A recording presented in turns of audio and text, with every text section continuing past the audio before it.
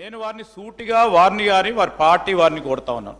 ఎందుకంటే రాజకీయాలకు సంబంధించి ఏదైనా ప్రజలకు ఉపయోగపడే ఒక విధానపరమైన నిర్ణయం తీసుకున్నప్పుడు వారు వ్యతిరేకమా లేకుంటే అనుకూలంగా చెప్పాల్సిన అవసరం ఉండేది. మేము ప్రవేశపెట్టిన బస్సు ప్రయాణం, ఉచిత బస్సు ప్రయాణం టీఆర్ఎస్ పార్టీ బీఆర్ఎస్ పార్టీ వ్యతిరేకమా అని ఒక స్టాండ్ చెప్పమని కోరుతా ఉన్నా అధ్యక్ష.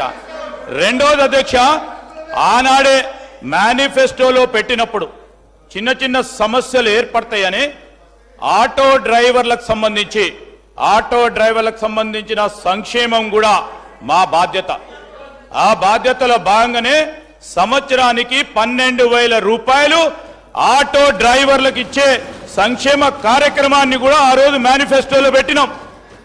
వారికి సార్ 100 రోజుల్లో ఇవన్నిటిని కూడా మొదలు పెడతాము అని చెప్పిన ఓపిక లేకుండా ఈరోజు ప్రజలను ప్రక్కదారి పట్టించేందుకు ఈరోజు ప్రతి సందర్భంలో కూడా 100 రోజులు కాకపోయినా ఇంతకుముందు మా సోదరులు శ్రీనివాసరెడ్డి గారు చెప్పినట్టు 48 గంటల్లో పడినే మా బాధ్యత భాగంలో ఈరోజు 13 అంశాలకు సంబంధించి 2 ప్రధానమైన వాగ్దానాలు అమలు చేస్తామంటే వీరు ఖచ్చితంగా అమలు చేశారు. ఇంకా చేయాల్సింది ఇంకా కూడా 60 రోజులు కాలే అని మంచి సలహా సూచనలు ఇస్తామని మేము ఆశిస్తా ఉన్నాం అధ్యక్ష. ఈ రోజు కూడా చెప్తా ఉన్నాం అధ్యక్ష, ఈ రోజు కూడా గవర్నర్ గారి ప్రసంగంలో మేము ఎక్కడా మర్చిపోలే, ఇంకా 100 రోజులు రాలే, మరో 2 గ్యారంటీలకు సంబంధించిన అంశాన్ని గౌరవ గవర్నర్ గారు వారి ప్రసంగంలో పెట్టడం జరిగింది. ఈ రోజు మేము చెప్తా ఉన్నాం అధ్యక్ష, ఈ సభాముఖంగా కూడా చెప్తా ఉన్నాం, ఆటో డ్రైవర్లకు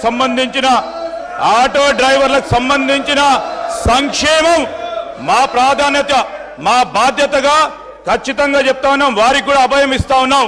ఆటో డ్రైవర్లకు సంబంధించిన సంక్షేమం ప్రధానమైన బాధ్యతగా ప్రాధాన్యత ఇచ్చి రాబోయే బడ్జెట్లకు సంబంధించి వారికి ఇస్తామన్న 12,000 రూపాయలు ప్రతి సంవత్సరం ఖచ్చితంగా ఇవ్వటం జరుగుతుందని మీ ద్వారా వారికి తెలియజేస్తా ఉన్నది.